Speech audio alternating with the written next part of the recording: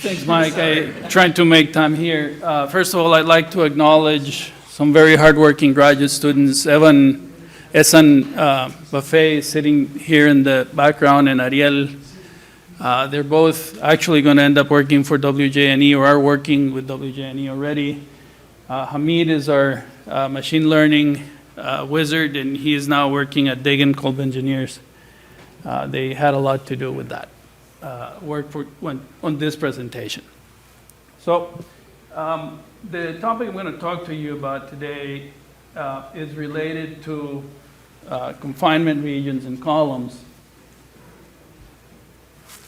In the way that the ACI code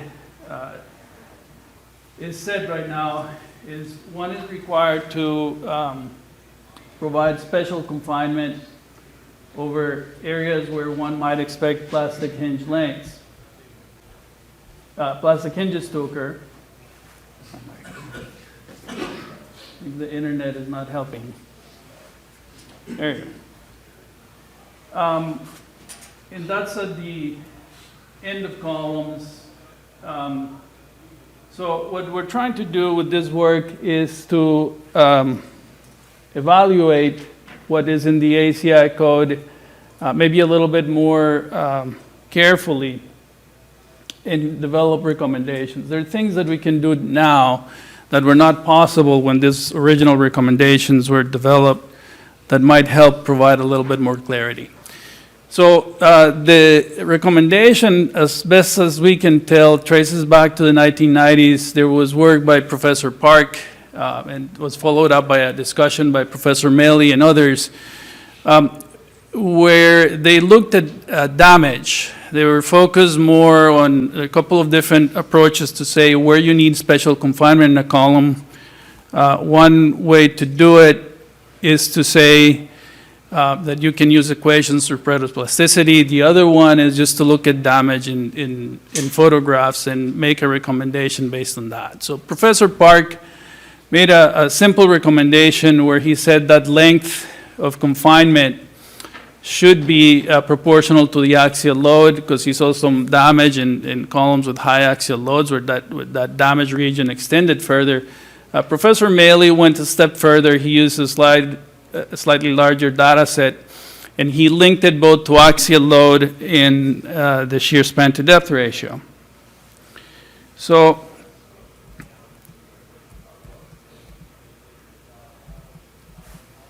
I was mentioning there are things that we can do now that are a little bit different.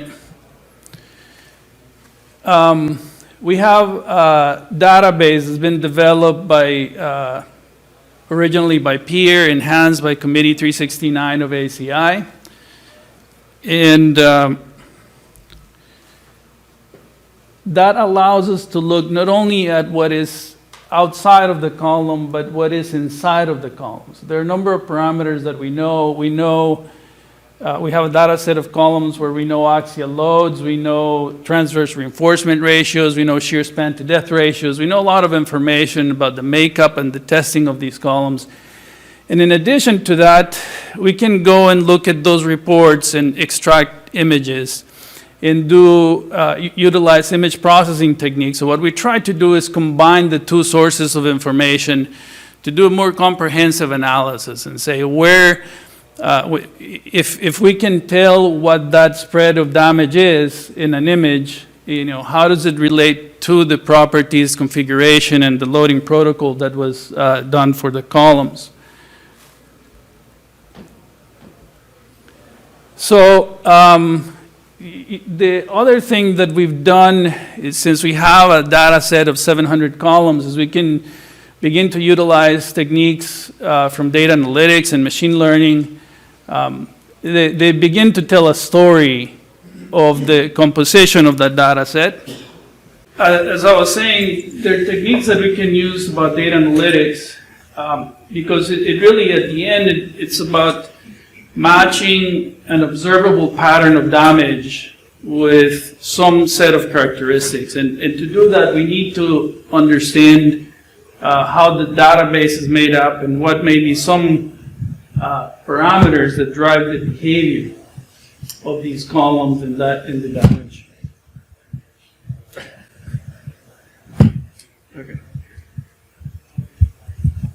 Oh, this is That application isn't active. Yeah. There you go. So the first question that came to mind is what were the damage metrics? And, Esan and Ariel, who looked at this closely, looked at a couple of different possible metrics. So one is confined to Spalling and is shown in the red, and it's a lower distance, smaller distance. And the other one just in general, how far up the column are we going to get some tracking and indication of damage of the stretch. So there are two. So you begin by questioning everything. How do you measure? What should that confined length be? And how do you go about measuring?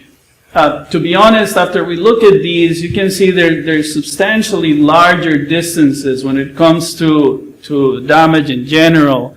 And I think that profession maybe is not ready to go that far in terms of providing confinement. So we ended up working with the shorter and say we need to provide confinement.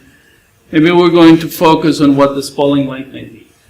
There's a second question that immediately comes to mind is whether this damage is proportional to deformation, whether it's going to get worse the further out you push it. So we did a couple of different evaluations, one in which we took studies where people had taken pictures at different levels of deformation. And then we did a separate analysis where we just took the last image of the set, where all the damage had come to take place. And what we found is that the damage pattern establishes itself early on, and it sort of becomes worse in terms of the cracks get wider, the spalling gets to be more evident, but the length of where it occurs really doesn't change. So whether you're dealing with a smaller or larger deformation, your distance alone really doesn't matter. So at that point, rather than deal with a broader set of images at different drift ratios, we just began to focus on the images at the end of the test, because they were going to tell us essentially it was the same damage length as it would be early on. It was just much more evident in those images. And so we did a first statistical analysis with all the parameters in the database, in the column database. We tied the images and the lengths that are measured from the images to the database. As you see, Esan and them tried many different combinations of column parameters to find out what they would, how they would match. And if you look here in the very top corner, coefficient of variation for the Park and Mealy equation, they do a pretty decent job, about 0.4, 0.49 for Park. And no matter what we tried, we couldn't do any better. So we had to go back and tell Jack Mealy, man, you're really, really good at your job. We already knew that. Well, here's one more point that proves it. You did this with about 15 or 20 columns. We didn't go in depth into as many data points as we did, and you came up with something that we can't do any better, right? So that got us a little bit thinking. And there's been a lot of work that we've been doing with machine learning around the column data set. And we've used different techniques to visualize and to understand the makeup of the data set and to begin to tie or group columns in terms of behavior. And we thought that might be a helpful thing. So what you see here is a couple of things combined. First of all, we use a technique to reduce dimensions. When you have many parameters in a database, it's very difficult to see the effect of each parameter individually. So there's a technique here that sort of reduces that multidimensional problem into a two-dimensional problem, puts it in a graph. And then we use a technique that is called Gaussian mixture model to try to lump those columns into likewise sets. And so what you're seeing there is an image that has many colors and some dots in it. wherever in the image you see similar colors, the columns themselves are similar. And the dots tend to group in different areas of the image, so those become columns that have common characteristics, that have some commonality to them in their behavior. And so when Hamid first showed me this, like, this is great stuff from data analytics, but an engineer wouldn't be able to make sense of it. Let's go and look at those clusters. So those dots we accumulate in clusters and see how those clusters are made up, because engineers will sure as heck understand that. And he came up with this table, and for each cluster he identified a number of different characteristics.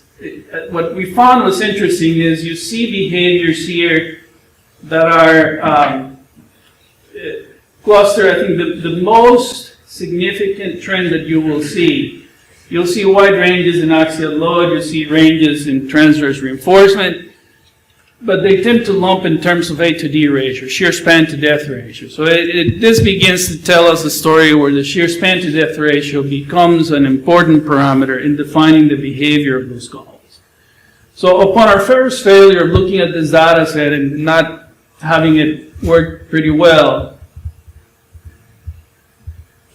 then we took a closer look and we said, let's break these into bins in which we separate them by A to D ratio. You know, this is kind of what the machine learning techniques were advising us to do. And then separate them again in terms of axial load ratio in columns that have low axial load and high axial load. And then we began to see some trends emerge that were not visible when you consider the entire set as a whole. So you see here there are three regions of analysis that we identified: short columns, what we call intermediate, these are typical building columns. And then on the right-hand side, we have the slender columns. We call those bridge columns, which tend to have very large A to D ratios. And then we broke those into high axial loads for the filled symbols and low axial loads for the hollow symbols. And what we see from this trend is, as we look across, like the broken lines are the low axial load columns, you could almost draw a line across the entire set. So when columns have low axial load ratios, there's really no point. Just take the average and the average will do, because it seems that all other parameters are not affecting what that confinement length would be. But when you look at the solid lines, the blue line and the solid red line and solid black line, a different story begins to emerge. First of all, for the black line and the short columns, it seems to be telling that the dots are all over the place and that you're better off confining over the entire length of the column. When you look at intermediate and slender columns, I think there comes a picture that says there is an increasing length with axial load and span to depth ratio. So Esan went back and did lots and lots of statistical analysis. And I'm not going to use the pointer because every time I click on the pointer, I'm beginning to notice that the image comes up. But now, as I mentioned before, you know, we had coefficients of variation for the Park and Bailey around 0.39. This is just for a subset of data, so it does a little bit better. But now, when we begin to focus on the intermediate in slender columns with high axial load, then we can tailor equations that do a much better job in terms of coefficient of variation. So what we find is there's a trend that says we need to separate the columns because the behaviors are different, and then the confinement lengths are going to have to be different to address that. We also found that there's an effect of longitudinal reinforcement ratio. Of all the things that are inside the column, this one seems to matter the most, and it kind of makes sense. Again, we're focusing on slender columns and intermediate columns with high axial load. Those seems to be the ones that matter. And if you look at that line, the orange line with the decreasing trend is the short columns that says don't worry about reinforcement, longitudinal reinforcement ratio in short columns. It has no rhyme or reason. But for the other two, you do see the blue line and the red line, they have positive slope that are telling you that that longitudinal reinforcement ratio is having an effect on intermediate and slender columns. So reinforcing the idea that the columns belong in the different buckets. So based on that, we came up with some simple recommendations. On the low is the same graph that we had before. For low axial load columns, we said it really doesn't matter. The one thing that we know is the ACI code today tells us to use 1 times the column dimension. If you want to be safe and move to a mean plus 1 standard deviation, you need to increase to 1.5 column dimensions. But other than that, there's no point in changing anything else. When you get into the high axial load for the short columns, our recommendation is that you confine over the full length, just based on the scatter of the data and what we saw. And for intermediate and slender columns, SN developed an equation that is a function of axial load and A to D ratio. We could also put in there an equation that accounts for longitudinal reinforcement ratio. We figured that the improvement in precision was not all that better. You see a summary here of mean, standard deviations, and coefficients of variation for this column subset. Again, the work that Jack did in the 90s is great. We were only able to improve it a little bit by going through all this process of analysis. So here I'm going in the beginning to wrap up. There's a question, the last question that I want to address today is, how does this relate to design recommendations? In the ACI code, there are 2 criteria for that confined length. The first one has to do, or is based on the column dimension itself, how wide or is the column B or H, if you wish, the cross-section dimensions. The second one is based on column height. It says that you shall confine over 1/6 of the column height. And so you have those 2 criteria in these 2 graphs here, left and right. The first one is the column size, the second one is the column dimension. And we looked at different sets of data for short columns in the circle, intermediate, and slender columns. In different recommendations, so this solid line is what the ACI code proposes today. And the problem with that is you get a lot of dots over the line, and dots over the line are not good. That's kind of a bad thing. And so if we become more conservative, these lines are criteria that are more restrictive, whether you do it 1.5 or 2 times the column depth. Then you begin to include more points under the line, which means that the points are moving to the conservative side as you become providing a more conservative provision. So here we have different cases. And for the columns of low axial load, all of the hollow signs fall underneath the ACI line. There's maybe just a few that don't. But when you start to consider high axial load cases, a lot of them do fall above the line. Especially like if you consider these circles that are the short columns, you almost have to draw a vertical line to get them to fit under the line. So that's why we recommend that you confine over the entire length of the column in order to keep these in check. For the intermediate and slender columns, those are slender are in the red triangles, intermediate are in the blue. Intermediate you can cover with the red line, and slender columns you can cover with the blue line. So we come up with criteria that are a little bit more conservative for slender columns than intermediate columns. And like I said, for short columns, we say confine over the full height. This is the same graph, but now in terms of column height and the fraction of column height is the same idea. This is the ACI code today. So all the points above that line are points where that spalling length exceeded the requirement in ACI. And of course, if you look at those short columns, they stick out, they're a concern. So we came up with different coefficients. The ACI code today says you shall use 1/6. We are recommending higher values, 1/3 and 1/5 for intermediate and slender columns. This I'm not going to dwell too much. It's just illustrating when is it that column height controls over section dimension. In the ACI code, this provision really meant that column height would control for very slender columns, and it wouldn't control for intermediate and short columns.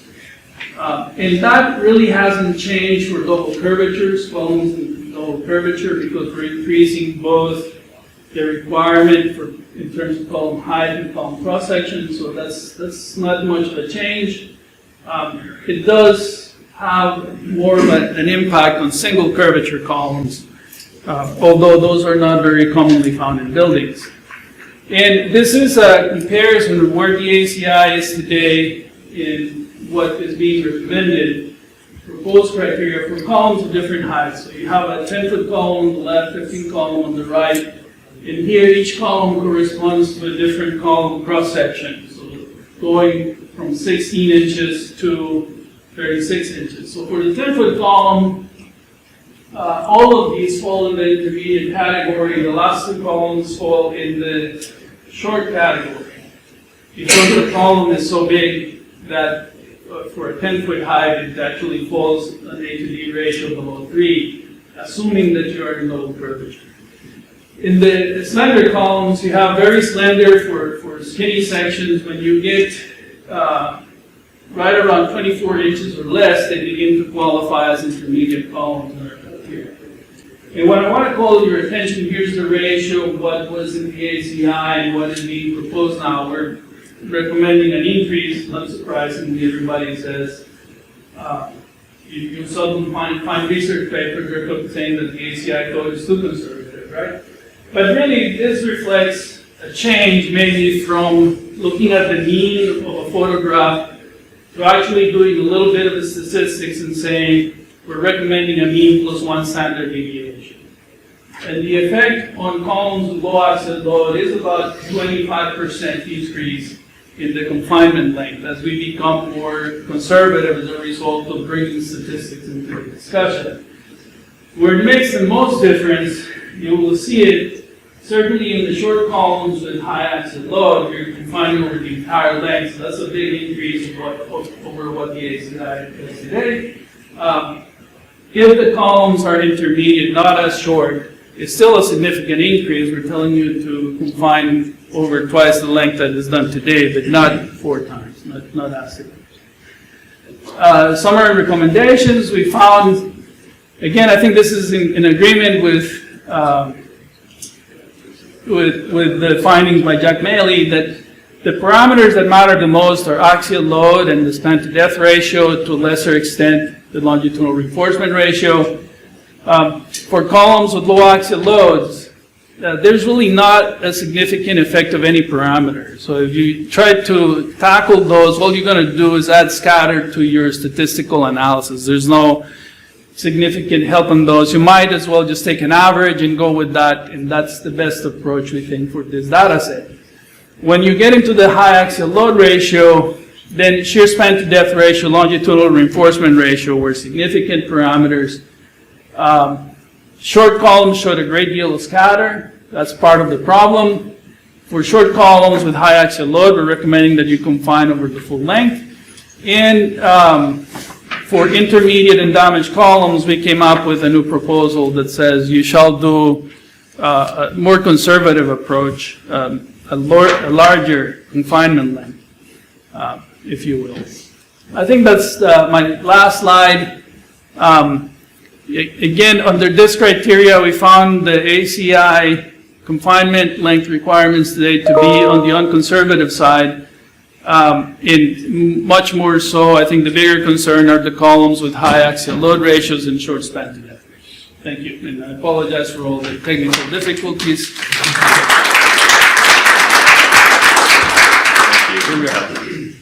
Much appreciated. Thanks for persevering here. We are a little bit over time, but maybe one question if anybody has one. Thank you very much. We have a few questions, but short ones.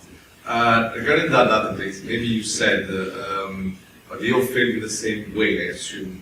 If you can just confirm that, or if there were different failure modes.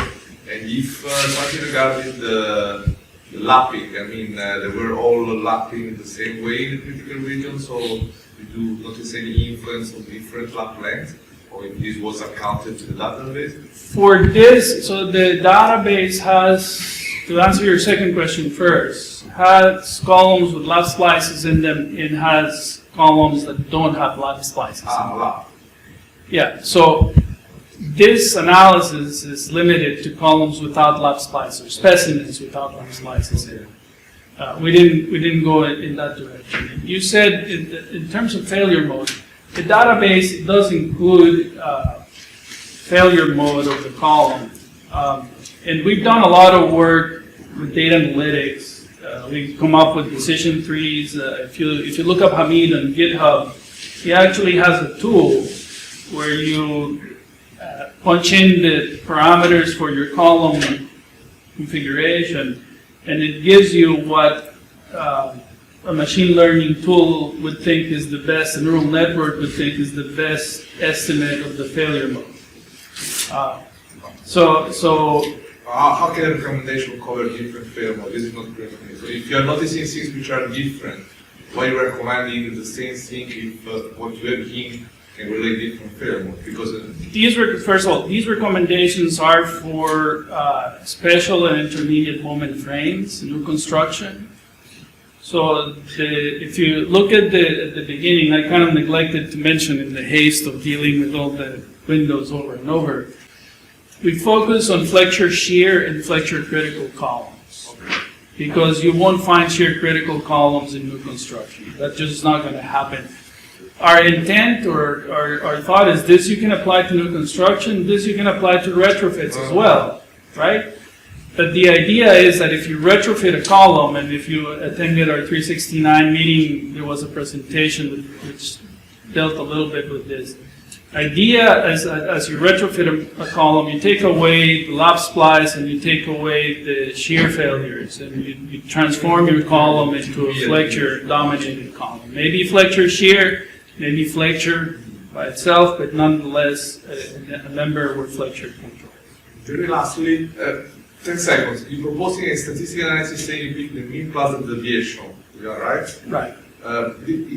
Are you relating this to targeting any probability of failure, or is it just you say mean plus one time? It's just a mean plus. So the problem is we had 76 images, right? So we've done work on the full column database where we've done Monte Carlo simulations and we talk about probabilities of failure. All of that is possible when you have larger number of images. With the size of the data set that we have, we just don't think it's statistically meaningful to go to that level of detail. Thank you. Good questions. Thank you.